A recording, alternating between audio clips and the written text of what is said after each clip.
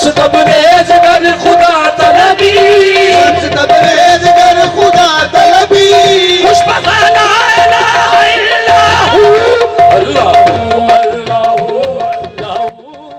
آستانہ عالیہ ہانسا والا پر جشن مولود کعبہ کے حوالے سے سالانہ پروگرام کا انعقاد کیا گیا، جس میں ملک بھر سے آئے ہوئے سینکڑوں عقیدت مندوں نے شرکت کی۔ ٹی وی ٹوڈے سے بات چیت کرتے ہوئے سجادہ نشین پیر رانجھا سرکار سائیں پرویز اختر قادری نے کہا کہ یہ سالانہ پروگرام اس سال حضرت علی رضی اللہ تعالی عنہ کی ولادت باسعادت کے حوالے سے ترتیب دیا گیا ہے، جس میں سینکڑوں مریدین کی شرکت ان سے عقیدت کا منہ بولتا ثبوت ہے۔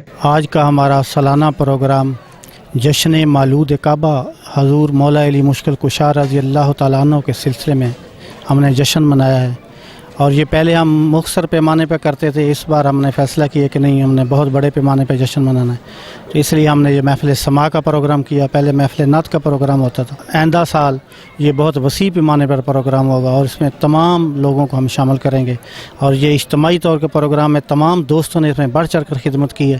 اللہ پاک ان کے درجات بلند فرمائے۔ پروگرام میں معروف نعت خان ساجد علی قادری نے بھی خصوصی شرکت کی۔ علاوہ ازیں فیصل آباد سے آئے ہوئے مقدس علی، عاصم جاوید غنچہ اور ہمنوا نے محفل سماع کے ذریعے سماع باندھ دیا۔